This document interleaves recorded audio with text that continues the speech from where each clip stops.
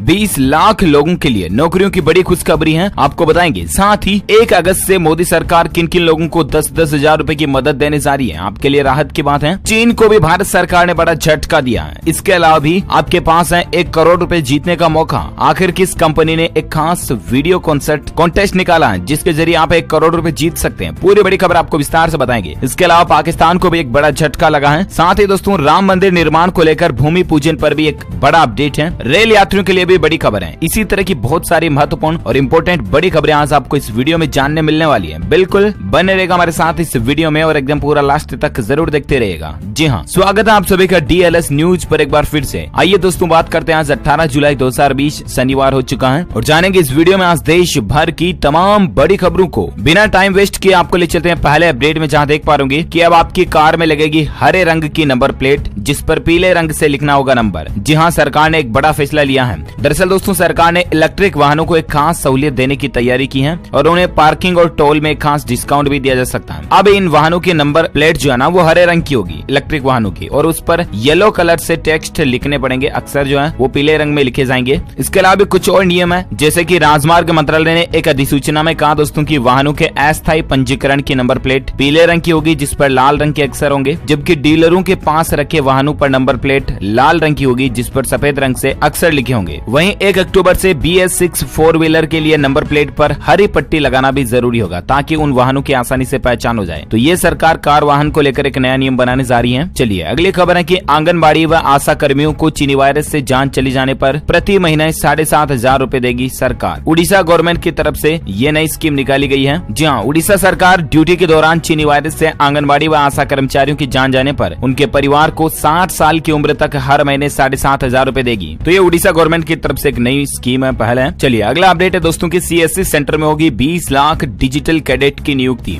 आम लोगों को घर बैठे ही खास जरूरी सुविधाएं मिलेगी। दरअसल दोस्तों CSC ई-गवर्नेंस सर्विसेज की इस साल साझा सेवा केंद्रों में 20 लाख लोगों की नियुक्ति करने की योजना है। जी हाँ, CSC के मुख्य कार्यकारी अधिकारी दिनेश त्यागी ने बात की जानकारी दी है। देश भर में साझा सेवा केंद्रों की संख्या 4 लाख है। तो इससे दोस्तों भारत के लाखों लोगों को रोजगार भी मिलेगा। युवाओं के लिए खास बड़ी फायदेमंद बात होगी ये। चलिए साथ ही अगली खबर आती है कि दरअसल हाल ही में आपको बताओगा भारत सरकार ने आत्मनिर्भर भारत ऐप इनोवेशन चैलेंज निकाला था, राइट। और ऐसे में इस चैलेंज में खूब युवाओं ने दिलचस्पी भी दिखाई। एंटरप्रेन्योर और स्टार्टअप वगैरह ने भी हिस्सा लिया। अब तक 2353 एप्लीकेशन भी मिल चुके हैं इसके, और अब सरकार ने इसकी समय सीमा को 26 जुलाई तक बढ़ा दिया। दरअसल ये सरकार ने आत्मनिर्भर भारत को लेकर एक नया कॉन्टेस्ट या कंपटीशन वगैरह निकाला जिसमें आप 20 लाख रुपए तक का इनाम जीत सकते हैं। आत्मनिर्भर भारत ऐप इनोवेशन चैलेंज है। इसके तहत आपको कोई भी ऐप वगैरह बनाना है। जो आपको बताओगा हाल ही में भारत सरकार ने चाइना के ऐप्स को जो बैन किया था, टिकटॉक वगैरह हो गया, तो इनके पैरेलल में इनके सिमिलर और क्या ऐप जो मेड इन इंडिया स्वदेशी भारतीय ऐप हो तो वो अगर आप बना सकते हो, बिल्ड कर सकते हो, तो भारत सरकार खुद आपको सपोर्ट करेगी और 20 लाख तक का इनाम भी देगी। तो इसकी समय सीमा को 26 जुलाई तक बढ़ा दिया है ना। साथ ही खबर है दोस्तों की 1 अगस्त से रेहड़ी पटरी वालों को मोदी सरकार देगी 10,000 रूपए की मदद। 50 लाख से ज्यादा लोगों को इसका फायदा मिलेगा। जी हाँ, जो सड़क किनारे ठेले वगैरह लगाते हैं ना दोस्तों, दुकानें चलाते हैं, उन लोगों के लिए सरकार ने एक नई लोन स्कीम योजना शुरू की है। इसका नाम है PM स्वनिधि योजना। इस स्कीम का मकसद ये है कि रेहड़ी और पटरी और छोटी दुकान वालों को सस्ता कर्ज दिया जाए ताकि वो अपने दुकान कारोबार धंधे को बढ़ा सके। इस स्कीम के लिए सरकार ने 5,000 करोड़ रुपए की राशि भी रखी है। सरकार इन लोगों को 10-10 हजार रूपए तक का लोन देगी और ब्याज की दर भी काफी कम रहेगी। जो व्यक्ति लोन वगैरह लेना चाहते हैं तो आप अपने नजदीकी ई मित्रा सेंटर पर कॉन्टेक्ट कर सकते हैं या गवर्नमेंट की ऑफिशियल वेब पोर्टल है pmsvanidhi.mohua.gov.in,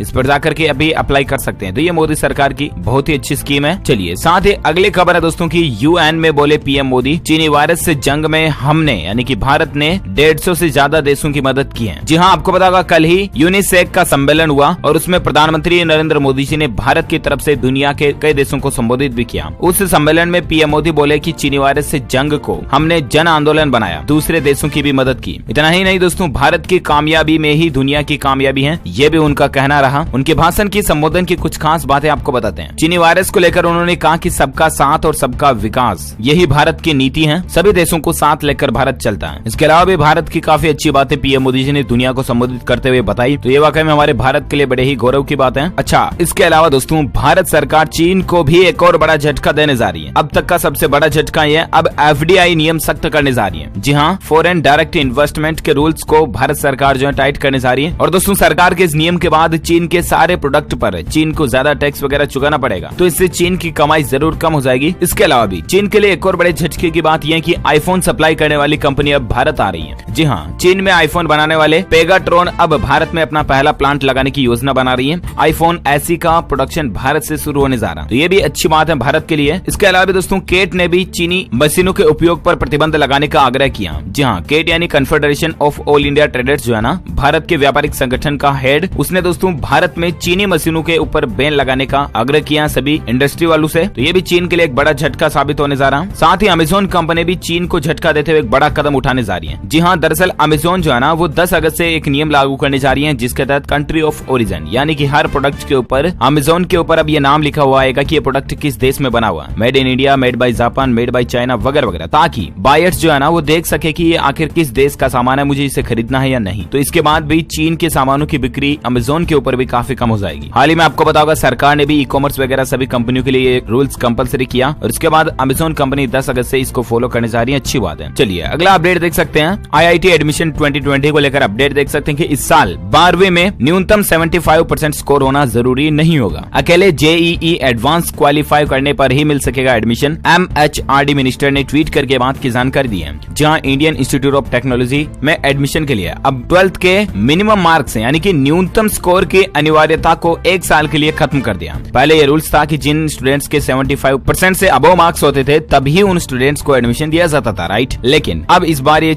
कुछ चीनी वायरस का मसला चल रहा है, लॉकडाउन वगैरह की वजह से जो स्टूडेंट्स का स्कोर बिगड़ा है, इसीलिए सरकार ने 1 साल तक इस पर राहत दी है। तो उठाओ ना फायदा। चलिए अगला अपडेट है दोस्तों की 1 करोड़ रुपए जीतने का आपके पास भी मौका है। एक कंपनी ने खास वीडियो कॉन्टेस्ट निकाला है, आप भी वीडियो बना करके 1 करोड़ रुपए जीत सकते हैं। हाल ही में आपको बताऊंगा टिकटॉक बैन के बाद चिनगारी करके एक शॉर्ट वीडियो एप्लीकेशन काफी ट्रेंड में रही और ऐसे में इसी चिनगारी ऐप कंपनी ने अपने यूजर्स के लिए एक कॉन्टेस्ट निकाला है, डिजिटल टैलेंट हंट शो पेश किया और इसमें आप भी कुछ खास डांस, सिंगिंग, एक्टिंग वगैरह किसी भी तरह की मिमिक्री, कॉमेडी, इनोवेशन कैटेगरी में अपना कोई भी वीडियो अपलोड कर सकते हैं। अगर आपका वीडियो विन करता है तो आप 1 करोड़ रुपए तक जीत सकते हैं। चिनगारी ऐप के को फाउंडर सुमित घोष ने बात की घोषणा की है। चलिए अगली खबर है पॉलिटिक्स, राजनीति को लेकर देख सकते हैं। मध्य प्रदेश के अंदर कांग्रेस को एक और बड़ा झटका लगा है। नेपा नगर विधायक सुमित्रा देवी ने इस्तीफा दे दिया। राजस्थान में भी जो कांग्रेस का मसला चल रहा है उसको लेकर भी और एक अपडेट आप देख सकते हैं कि राजस्थान हाईकोर्ट से पायलट गुट को राहत मिली है। 21 जुलाई तक कांग्रेस की नोटिस पर रोक लग चुकी है। राजस्थान में जो कांग्रेस के बीच अशोक गहलोत मुख्यमंत्री और सचिन पायलट के बीच जो तकरार चल रहा है उसको लेकर हाईकोर्ट की तरफ से ये फैसला निकाला गया है। चलिए अगला अपडेट है पाकिस्तान को भी एक बड़ा झटका लगा है। यूरोप के बाद अब अमेरिका ने भी पाकिस्तान की फ्लाइट्स पर रोक लगा दी है। जी हाँ, पाकिस्तान से कोई भी फ्लाइट्स अमेरिका में नहीं आ सकेगी, न ही जा सकेगी। पाकिस्तान इंटरनेशनल एयरलाइंस के ऊपर हाल ही में आपको बताया यूरोप ने भी बैन लगाया था, अब अमेरिका ने भी बैन लगा दिया। होना भी ऐसा ही चाहिए। साथ ही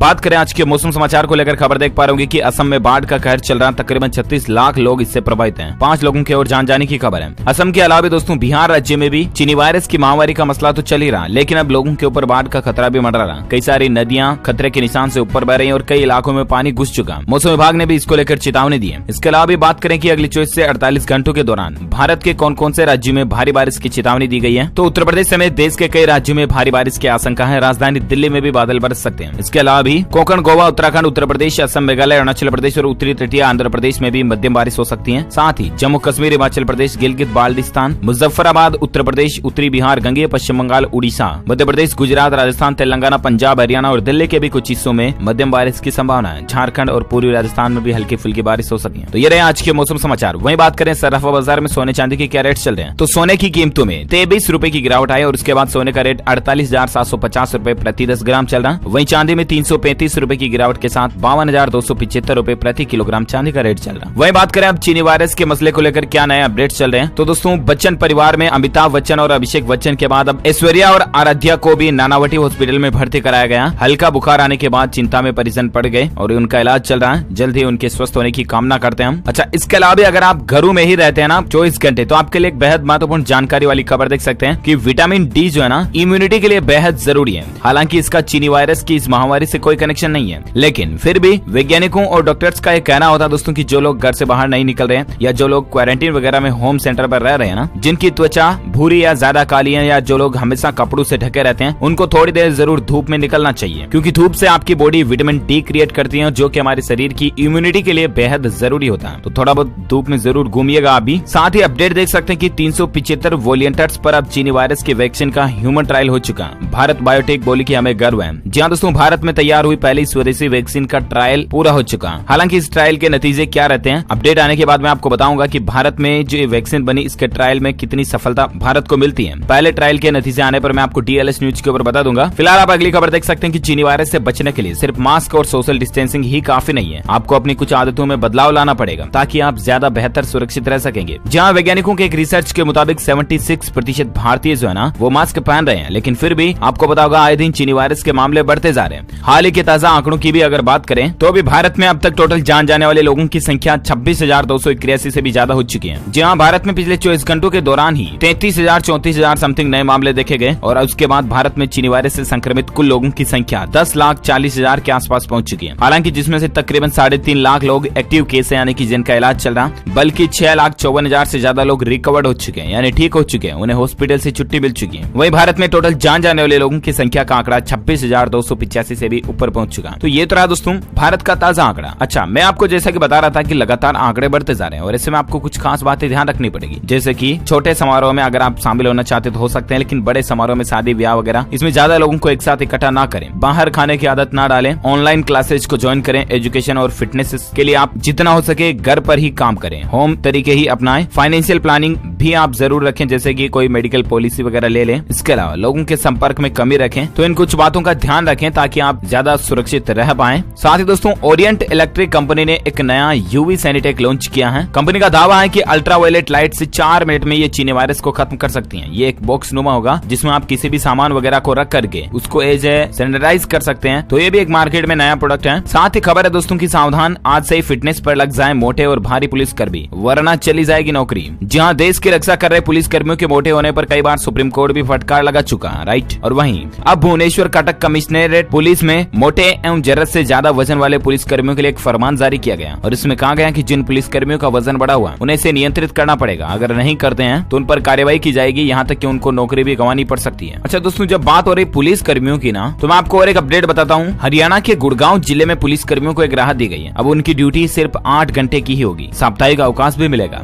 बाकी दोस्तों आपको पता होगा पुलिस वालों की जो ड्यूटी होती है ना वो 24 घंटे होती है। बाकी सभी नौकरियों में ड्यूटी का कोई फिक्स टाइम होता है, लेकिन पुलिस वालों के लिए ड्यूटी का कोई फिक्स टाइम नहीं होता। 24/7 वो ड्यूटी पर ही होते हैं अकॉर्डिंग टू रूल्स। लेकिन यहाँ पर हरियाणा गुड़गांव में पुलिस कर्मियों को राहत दी गई है, तो अच्छी बात है। चलिए अगली खबर देख सकते हैं। नया प्लान देखिए आप, गूगल कंपनी भी फूड डिलीवरी कारोबार में अपनी एंट्री करने जा रही है और उसके बाद स्विगी, जोमेटो समेत फूड एग्रीगेटर्स जो है ना उनको कड़ी टक्कर मिलेगी। सर्च इंजन के जरिए भी ग्राहक सीधे ऑर्डर कर पाएंगे। गूगल पे सर्च करोगे आप, तुरंत मुझे पिज्जा खाना है, गूगल असिस्टेंट में आप ऐसा बोलोगे सीधा आपको प्रोडक्ट ऑर्डर करने का ऑप्शन मिल जाएगा। ये गूगल कंपनी एक नई सर्विस शुरू करने की प्लानिंग बना रही है। साथ ही खबर है दोस्तों की राम मंदिर निर्माण को लेकर 18 जुलाई की बैठक में भूमि पूजन पर कोई आज बड़ा फैसला आ सकता है। देखते हैं क्या अपडेट आता है, मैं आपको बताऊंगा। अगली खबर देख सकते हैं 5G नेटवर्क को लेकर भारत और अमेरिका के बीच साझेदारी की संभावना भी बन रही है और अगर ये हो जाती है साझेदारी तो फिर दोनों देश मिलकर के डिजिटल इंफ्रास्ट्रक्चर तैयार करेंगे और दुनिया को 5G की असली ताकत बताएंगे। तो ये भी भारत के लिए अच्छी बात है। साथ ही अपडेट देख सकते हैं कि लॉकडाउन में कैंसिल की गई फ्लाइट की टिकट पर दूसरे यात्री भी यात्रा कर सकते हैं। एयर इंडिया कंपनी ने अपने ग्राहकों को ये सुविधा दी है। यात्रियों का अगर आप नाम बदलना चाहते हैं तो ये सुविधा 15 से लेकर 24 अगस्त के बीच तक रहेगी। तब तक एयर इंडिया के ग्राहक यात्री अपने टिकट पर नाम बदल सकते हैं। चलिए साथ ही खबर है कि त्रिवेंद्र सिंह रावत सरकार का बड़ा फैसला देखिए। अब हफ्ते के 2 दिन उत्तराखंड राज्य में पूर्ण रूप से लॉकडाउन रहेगा। जहां चीनी वायरस के बढ़ते माहौल को देखते हुए उत्तराखंड की राज्य सरकार त्रिवेंद्र सिंह रावत ने अब सप्ताह में 2 दिन पूर्ण लॉकडाउन लागू करने के आदेश दे दिए हैं। शनिवार और रविवार को लॉकडाउन लागू रहेगा। साथ ही अपडेट है दोस्तों की महाराष्ट्र सरकार ने बकरीद पर धार्मिक कार्यक्रम नहीं करने और जानवर दुकान से नहीं बल्कि ऑनलाइन खरीदने की अपील की है। बकरीद का त्योहार आ रहा, हाल ही में आपको पता होगा कुछ ही दिनों बाद वैसे में महाराष्ट्र गवर्नमेंट का यह कहना है कि इस त्योहार पर आप ज्यादा भीड़ इकट्ठी ना करें, सोशल डिस्टेंसिंग बनाए रखें और कोई धार्मिक कार्यक्रम में ज्यादा लोग एक साथ इकट्ठे ना हो, घरों में ही बैठकर नमाज पढ़ें। तो ये मुस्लिम भाइयों के लिए अपडेट है। साथ ही खबर दोस्तों की अंडमान निकोबार में आज दूसरी बार भूकंप के झटके देखे गए। रिएक्टर स्केल पर तीव्रता 5.0 थी, लेकिन फिर भी गनीमत रही कि कोई जानमाल की हानि की खबर नहीं है। इसके अलावा बिहार समेत इन 3 राज्यों के लिए लॉकडाउन को लेकर केंद्र सरकार ने कुछ निर्देश जारी किए हैं। आखिर नए बदलाव क्या है, तो मैं आपको बता दूं दोस्तों की चीनी वायरस का मसला जहां देश भर में बढ़ रहा है, इसी बीच मोदी सरकार ने 3 राज्यों में बिहार, असम और पश्चिम बंगाल में कुछ नियमों में फेरबदल किया। हालांकि इन 3 राज्यों में लगभग कुछ सभी जिलों में लॉकडाउन ही है। और ऐसे में दोस्तों केंद्र सरकार ने 3 पॉइंट बताए, जिनमें पहला ये कि राज्यों से शहरों में बनाए गए जोन को फिर से परिभाषित किया जाए और उनमें नए कंटेनमेंट जोन ऐड करने के निर्देश दिए। सेकंड पॉइंट आता है कि सरकार ने राज्यों से कहा कि जिन चीनी वायरस के मरीजों का घर में इलाज हो रहा है उनकी टेली कंसल्टेशन के जरिए और बीच बीच में जाकर कड़ी से निगरानी रखी जाए। थर्ड पॉइंट आता है कि राज्य सरकारें अपने अस्पतालों में बेड्स की संख्या बढ़ाए ताकि भविष्य में किसी भी तरह की परेशानी से आसानी से निपटा जा सके। तो ये इन 3 राज्यों के लिए सरकार का आदेश है। साथ ही खबर है दोस्तों की 24 जुलाई को धरती के पास से गुजरेगा लॉन्डन आई से 50% बड़ा उल्का पिंड, नासा की चेतावनी भी है। हालांकि फिर भी पृथ्वी पर किसी भी तरह की तबाही या नुकसान का कोई खतरा नहीं है, आप टेंशन ना लें। सिर्फ ये खगोल शास्त्र को लेकर अपडेट था तो मैंने आपको बता दिया। और एक खबर देख सकते हैं कि सभी विश्वविद्यालय और कॉलेजों में प्रवेश की प्रक्रिया अगस्त महीने से शुरू हो जाएगी। यूजीसी ने इस तरह के संकेत भी दिए हैं। देखते हैं अगस्त के बाद में क्या क्या नए बदलाव देखने को मिलते हैं, मैं आपको बताऊंगा। फिलहाल अगली खबर देख सकते हैं कि 2021 तक छोटा हो जाएगा कैडबरी चॉकलेट का पैकेट। सभी बार्स में कैलोरी काउंट में कटौती करेगी लेकिन कीमत में कोई बदलाव नहीं होगा। तो ये डेयरी मिल्क वगैरह चॉकलेट्स में आपको बदलाव देखने मिलेगा। इसके अलावा खबर है दोस्तों की इन 6 शहरों में कोलकाता की फ्लाइट 31 जुलाई तक बंद हो चुकी है। चीनी वायरस की तेजी से बढ़ते मामलों के मद्देनजर